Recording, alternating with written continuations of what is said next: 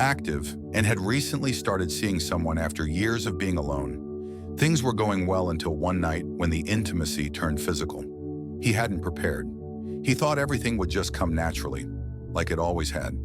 But when it didn't, when his body failed him, he panicked. He pulled away, made an excuse, and never called her again. Not because he didn't care, but because he was humiliated. He told me later, "It felt like I lost a part of my manhood that night."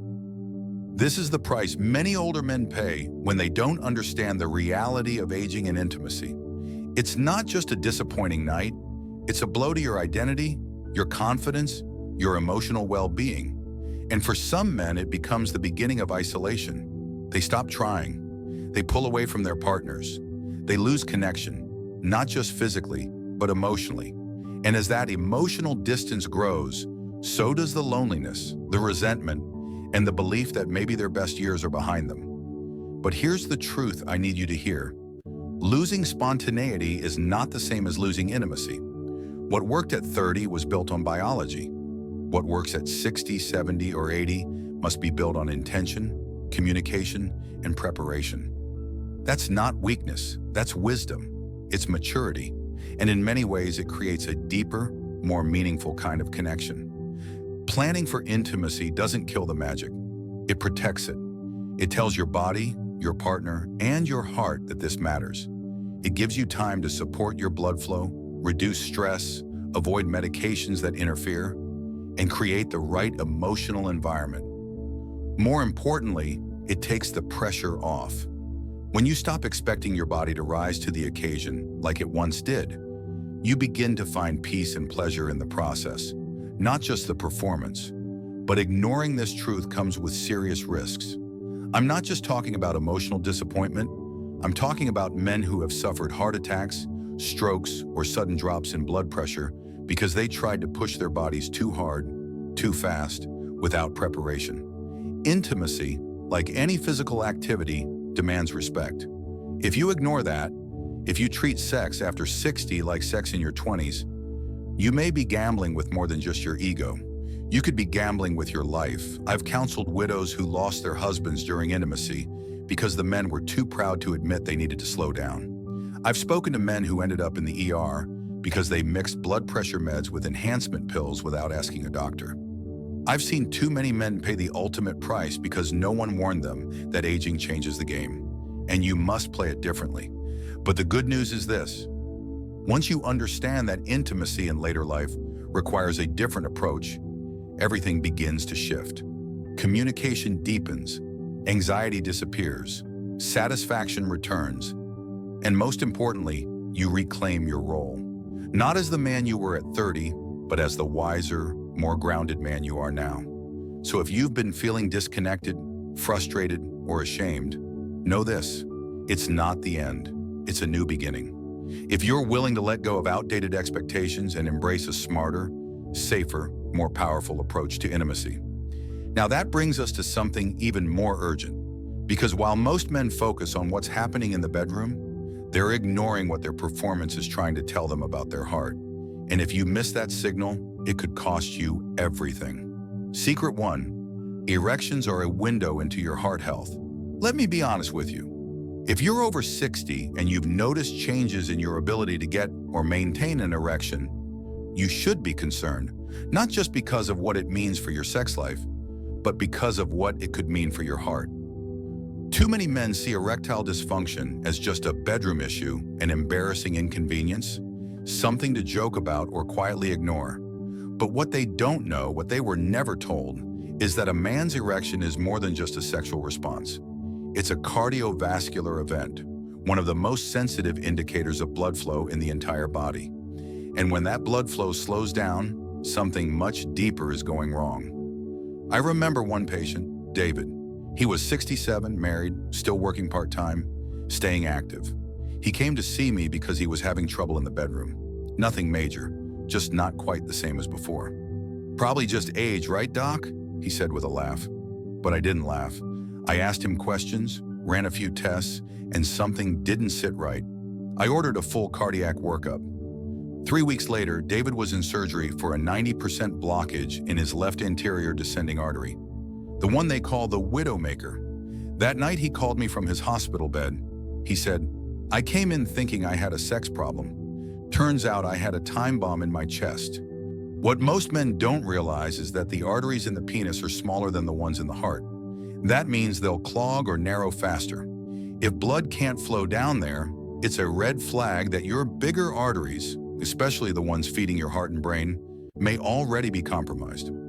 Erectile dysfunction is often the very first sign of cardiovascular disease. It's your body's quiet way of begging for help. The cost of ignoring that signal is deadly. I've seen men brush it off, buy over-the-counter pills, or blame it on stress or age. Meanwhile, they're walking around with dangerously high blood pressure, clogged arteries, or undiagnosed diabetes. They don't notice until it's too late, until a stroke paralyzes them, until a heart attack hits during sleep, until the damage is permanent. And it doesn't just stop with physical danger. The emotional toll is just as devastating. When a man feels like he's losing control of his body, it chips away at his confidence, his self-image, even his will to connect. He may withdraw from his partner. He may stop pursuing intimacy out of fear. And slowly he may start to feel invisible, like his best years have passed him by. But here's the truth. It doesn't have to be that way. You have more control than you think. If you treat your erection like a signal instead of a shame, you can catch problems early. You can make changes, powerful changes, that not only improve your sex life, but extend your life. A weak erection may be your body's way of whispering, "I need help." The tragedy is, so many men wait until that whisper becomes a scream. That's why I urge every man I treat, if something changes in your ability to perform, don't hide it. Don't ignore it. Don't be embarrassed. Be smart. Be proactive. Get your heart checked. Run the tests. Have the conversation. Because one awkward doctor visit today could mean 10 more healthy years with your spouse, your family, and your life. This is not about shame. It's about survival. And the good news? Once you treat the root cause, whether it's blood flow, hormone imbalance, or stress, things often improve. I've had men in their 70s tell me they feel like they're 45 again. Not because of magic, but because they listened to their body and acted before it was too late. But now I want to tell you something even more personal. Because while the heart affects the body, there's another layer no one talks about. A layer that lives in your emotions, your memory, your sense of touch.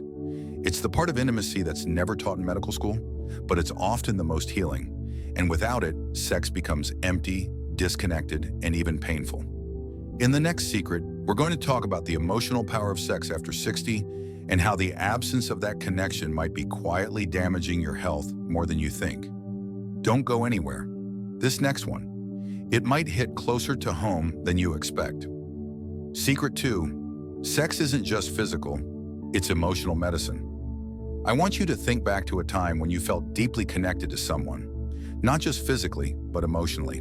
When their touch made you feel seen, understood, alive. For many men, those moments are rare, and even rarer as we age. But the truth is, intimacy after 60 isn't just about your body. It's about your heart, your mind, your spirit. And when that emotional connection disappears, the cost is far greater than just a lack of pleasure. I've sat across from men in their 70s, strong men who ran businesses, raised families, built legacies, yet their voices trembled when they said, "I haven't felt close to anyone in years, not just sexually." Emotionally, they weren't starving for sex. They were starving for closeness, for human warmth, for someone to touch their hand and mean it. That longing, when left unmet, slowly erodes a man's mental and physical health in ways most doctors never mention. One patient, Martin, 74, came to see me not because he was struggling physically, but because he felt numb. His wife had passed 5 years earlier. Since then, he'd kept to himself, convinced that intimacy no longer belonged in his life. He told me, "What's the point at this age?" But I could see it in his eyes. He missed the connection, the laughter, the touch. And over time, that emotional distance had grown into depression, insomnia, and a rising blood pressure that no medication seemed to help. What Martin didn't know, and what most older men never hear, is that intimacy is a form of emotional medicine. Physical affection, whether with a partner or through self-touch, releases oxytocin, dopamine, and serotonin. These aren't just feel-good chemicals. They regulate your mood, reduce stress, improve sleep, support immune function, and lower your risk of heart disease. In short, when you lose intimacy, you lose a powerful part of your health, and yet so many men push it away. They convince themselves that connection is for the young, that expressing need is weakness, that vulnerability is something to hide. So instead of reaching out, they shut down. They avoid physical closeness even when it's offered. They suppress their feelings. They go silent. But here's what that silence costs them: increased risk of depression, higher cortisol levels, weaker immune response, elevated blood pressure, and, in many cases, an early decline in brain function due to chronic emotional isolation. Yes, I've seen men age 10 years in half the time simply because they had no one to hold, no one to talk to at night, no one to share their body or their soul with. They lived long enough to survive, but not well enough to feel alive. And this isn't just about being in a relationship.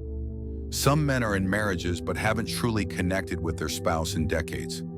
Others live alone but have rich emotional lives through friendship, conversation, and self-acceptance.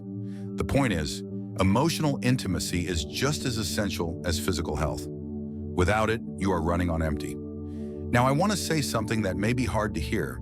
If you've been feeling disconnected, if you've lost interest in touch, if you've told yourself that affection doesn't matter anymore, you may be slowly slipping into emotional starvation, and it's costing you far more than you realize. But it's not too late. Reaching for a connection, even if it feels foreign or scary, is one of the most powerful health decisions you can make in your later years. Whether it's through open conversation with your spouse, allowing yourself to feel during moments of touch, or simply acknowledging your need for closeness. It begins with one act of courage, one decision to stop surviving and start living again. And if you're wondering whether that kind of connection can still bring you pleasure, peace, and vitality after all these years, let me tell you from experience, it absolutely can. In fact, the most meaningful intimacy often comes after youth has passed, when masks fall away and what's left is real, vulnerable human love. But there's one obstacle that continues to rob men of that joy, silently, relentlessly. It's not aging, it's not illness. It's something we carry in our pocket, something we watch when no one's around. And it's rewiring your brain, your expectations, and your ability to feel. And in the next secret, I'll show you why the thing many men turn to for escape could be the very thing destroying their confidence, their satisfaction, and their chance at real intimacy. You're going to want to hear this. Secret 3, porn and unrealistic expectations are quietly killing senior confidence. There's something few men ever talk about, but nearly all of them experience. It's what they turn to when they're lonely, curious, or simply trying to feel something again. It's fast, it's private, and it's easy. I'm talking about pornography, and while it might seem harmless, especially in old age, it's one of the most powerful silent destroyers of male confidence and intimacy I've ever seen. In my 30 years of working with men, I've witnessed a heartbreaking pattern. As physical changes begin to show, slower arousal, longer recovery time, occasional performance issues, many men quietly retreat into fantasy. They stop trying with their partners. They stop asking for affection. Instead, they sit alone with a screen, convincing themselves it's normal, even necessary. But what they don't realize is that what they're watching is reshaping how they think, how they feel, and what they expect from themselves and others. I remember a man named Walter. He was 71, retired Navy, proud, strong, but something had shifted. He told me he hadn't touched his wife in almost 4 years. He said they just drifted apart, but the truth came out slowly. Walter had developed a habit of watching adult content almost daily. What started as an occasional escape became a replacement for real intimacy. And over time, he began comparing what he saw on screen to what he experienced at home. His wife's body, her pace, her sounds, they no longer excited him. He grew bored, then resentful, then silent.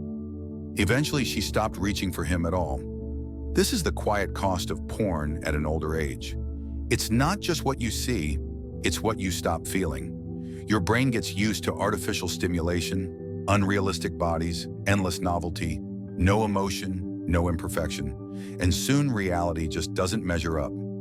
That warm, imperfect human connection you once treasured starts to feel dull, even irritating. Your body follows. Dopamine pathways begin to shift. It becomes harder to get aroused by touch alone. Some men find they can't climax without a screen in front of them. Others report delayed orgasm, erectile dysfunction, or loss of interest altogether. That warm, imperfect human connection you once treasured starts to feel dull, even irritating. Your body follows. Dopamine pathways begin to shift. It becomes harder to get aroused by touch alone. Some men find they can't climax without a screen in front of them. Others report delayed orgasm, erectile dysfunction, or loss of interest altogether. And perhaps the most damaging of all is what happens inside. The silent erosion of confidence, connection, and self-worth. Because no matter how much you watch, you're still left with that empty space afterward. That quiet moment where you wonder why you don't feel satisfied. Where you ask yourself, what's wrong with me? You start to think you've changed, that maybe it's just age. But deep down, you know it's not age. It's the fact that you've been feeding your brain something fake for so long, it's forgotten how to respond to what's real. And that's terrifying. I've seen marriages fall apart, not because of infidelity or illness, but because of years of digital disconnection. I've seen men grow distant from their own bodies, no longer trusting themselves to be present without stimulation. I've watched men spiral into guilt, shame, and secrecy, thinking they're alone, thinking no one else struggles like this. But you're not alone, and there is a way back. It starts with understanding that what you consume, especially in isolation, doesn't just affect your arousal. It rewires your expectations. It teaches your mind to demand constant novelty, frictionless excitement, and zero emotional effort. But real intimacy is none of those things. Real intimacy is patient. It's messy, it's emotional, it's grounded in trust, conversation, and presence. And yes, it may feel slower than the instant gratification of a video, but it's deeper, more lasting, more human, and far more fulfilling. Letting go of porn, especially if it's been a habit for years, isn't easy. It requires honesty, support, and sometimes professional guidance. But what's waiting on the other side is worth it. A renewed sense of self, a deeper bond with your partner, a return to natural arousal that doesn't leave you empty afterward, and, perhaps most importantly, a reclaimed confidence. The kind that isn't tied to performance or fantasy, but to presence and connection. If you've been living in that quiet disconnect, I urge you to pause and ask yourself, am I still capable of feeling something real? The answer, I assure you, is yes, but you must choose it, again and again. Now, while this emotional rewiring can do damage over time, there's one more secret that can destroy everything instantly if you're not careful. It's not about what you watch, it's about what you do. A dangerous timing mistake that many men make when trying to prove they've still got it. A single misstep that has cost men their relationships, their dignity, and, in the worst cases, their lives. And that's exactly what I'll reveal in the final secret. Don't miss it. Secret 4. The most dangerous time to have sex is when you feel proved right. There's a moment that sneaks up on many older men, a moment when they feel bold, energized, even invincible. Maybe it's after a good doctor's visit, or when an old friend makes a comment like, "You've still got it." Maybe it's when a new romantic interest stirs something inside that hasn't been awakened in years. And in that moment, something dangerous happens. They feel the need to prove it, to themselves, to their partner, or maybe just to time itself. They want to show the world they've still got what it takes. They want to have sex like they did at 30. No planning, no pacing, no boundaries. And that's when the damage is done. I've seen it over and over again. Men in their 60s, 70s, even 80s, who push themselves too far, too fast, all in the name of pride. They drink a little too much wine, skip their heart medication, take an over-the-counter enhancement pill, and step into the bedroom like it's a performance. But inside, their heart is working overtime. Their blood pressure is spiking, their breathing is shallow, and their body, which needed care and preparation, is being forced into a moment it's not ready for. One man I'll never forget was Leonard, 74. He was charming, funny, and had recently started dating a younger woman. He came to me once and joked, "Doc, I've got to keep up." I warned him, told him his heart wasn't as strong as it once was, that sex is exercise, not just pleasure. He nodded, smiled, and said, "Don't worry, I know my limits." 2 weeks later, Leonard collapsed in a hotel room. Cardiac arrest. His date panicked and called for help. But by the time paramedics arrived, it was too late. His body couldn't handle the pressure of that night. Not because he wasn't a man, but because he forgot that aging requires respect, not resistance. And the truth is, when older men try to prove they're still young, without caution or care, the price can be fatal. Sex, especially in later life, is not just about arousal. It's a full-body event. Your heart rate rises, your blood vessels expand, your breathing deepens. It's like climbing a hill physically. And if your heart isn't prepared, if your body is under strain, that hill becomes a cliff. I've spoken to widows who said their husbands died doing what they loved. But behind the smiles and the stories is a much deeper pain, because those deaths weren't peaceful. They were preventable. The mistake isn't in desiring intimacy, it's in ignoring your body's needs. It's in letting your ego speak louder than your experience. It's in treating your partner like an audience instead of a companion. When sex becomes a performance instead of a shared connection, it stops being intimacy and starts being a risk. The fear older men carry, that they're no longer desirable, no longer strong, no longer capable, can push them into decisions that cost them far more than their pride. And that's the tragedy, because the truth is, you don't need to prove anything. You've lived, loved, and endured more than most. Your worth is not measured by how hard, how fast, or how long. It's measured by presence, honesty, and the ability to listen to your partner and to your own body. Slowing down isn't giving up, it's staying alive. Pacing yourself isn't weakness, it's wisdom. The most powerful thing a man can do in his later years is not to fight aging, but to embrace it with strength, clarity, and care. If you feel the urge to prove yourself in the bedroom, take a breath. Ask yourself why. Ask yourself if it's about connection or control, if it's about love or fear. Because in that moment, what you choose matters. You can choose pressure and suffer the consequences, or you can choose presence and create something far more lasting than a performance. And if that scares you, good, it should. Because this isn't just about sex. It's about staying alive long enough to enjoy the years ahead. It's about not becoming another silent statistic. Conclusion, what you know now can save you. By now, you've heard the 5 truths that so many older men wish they had learned sooner. These aren't just tips or tricks, they're turning points. Quiet, often overlooked moments of wisdom that separate the men who age with strength, love, and vitality from those who slowly disconnect, from their partners, from their health, and most painfully, from themselves. If there's one thing I've learned over the years as a doctor, it's that the hardest part of aging isn't the physical decline. It's the emotional toll of feeling invisible, uncertain, or afraid to speak up.